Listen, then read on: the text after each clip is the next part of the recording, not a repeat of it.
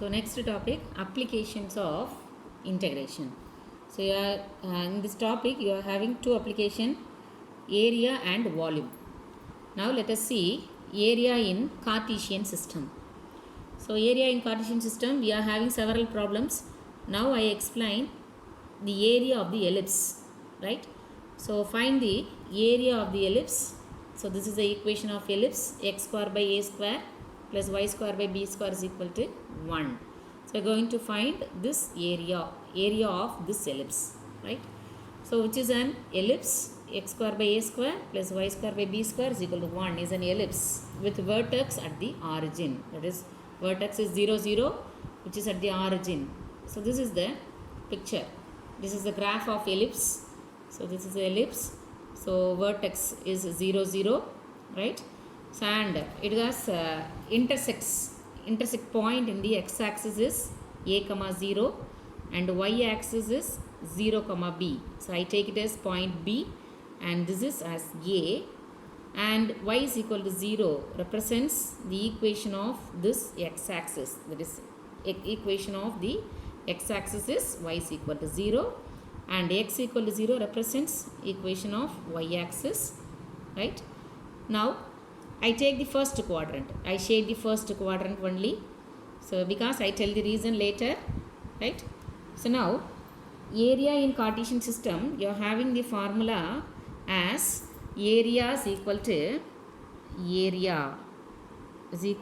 double integral dy dx over the region. So if you take the region, double integral over r dy dx, or you can take the order as dx dy, right? Now for ellipse, you are having 4 quadrants, right? So 1, 2, 3, 4 quadrants. So I shade the first quadrant only because first quadrant is the positive quadrant, right? So you can simplify the calculation as 4 into area of the region in the first quadrant. It will give the area of the total ellipse, right? Instead of finding all the 4 quadrants, you are going to find the area of only first quadrant into multiplied by 4, the total area multiplied by 4, right? So that's why I take it as 4 into, right? So you are having 4 into double integral over the region R. Over the region R is first quadrant, double integral over R dy dx. I take the order as dy dx, right? Now order of integration is dy dx. Now here the inner part of the limit is the variable y, right? So dy takes variable limit and x takes constant limit. Okay, so for variable limit you have to see the limit in the region. So region is this is our shaded region, right? So in the shaded region, so you draw a strip which is parallel to y-axis, right? So because for variable limit you have to see the region, right? So since y takes variable, so you draw a strip which is parallel to y-axis. So it touches the line, it touches the x-axis at the line y is equal to 0. So the lower limit of y is 0, right? So y is equal to 0 is your lower limit. And for the upper limit, now see it touches the ellipse on the upper side, right?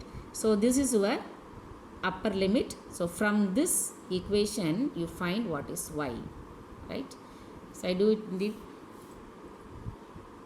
below, right? X square plus y square by b square is equal to 1. So from this I calculate what is y. See the calculation. Y is equal to b by a root of a square minus x square.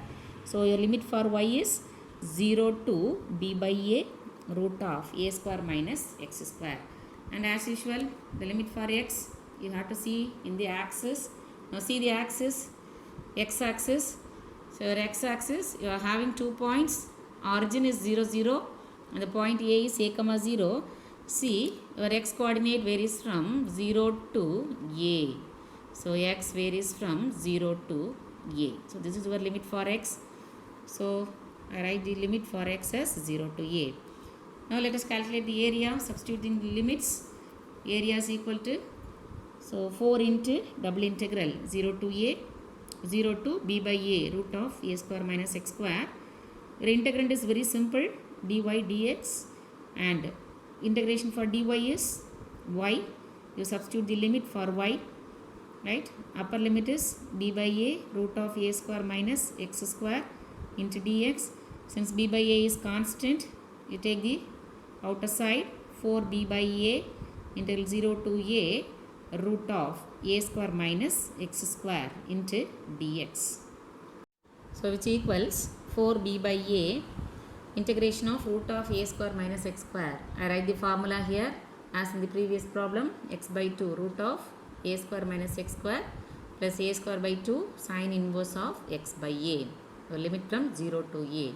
So when you substitute the upper limit, first term becomes 0, second term is a square by 2 sine inverse of a by a, lower limit becomes 0, and here sine inverse of 1, a square by 2 into sine inverse of 1, sine inverse of 1 value is pi by 2. So on the outer part you are having 4b by a, so into a square by 2 into pi by 2. So when you cancel all the terms, you are having your area of the ellipse as pi ab square units.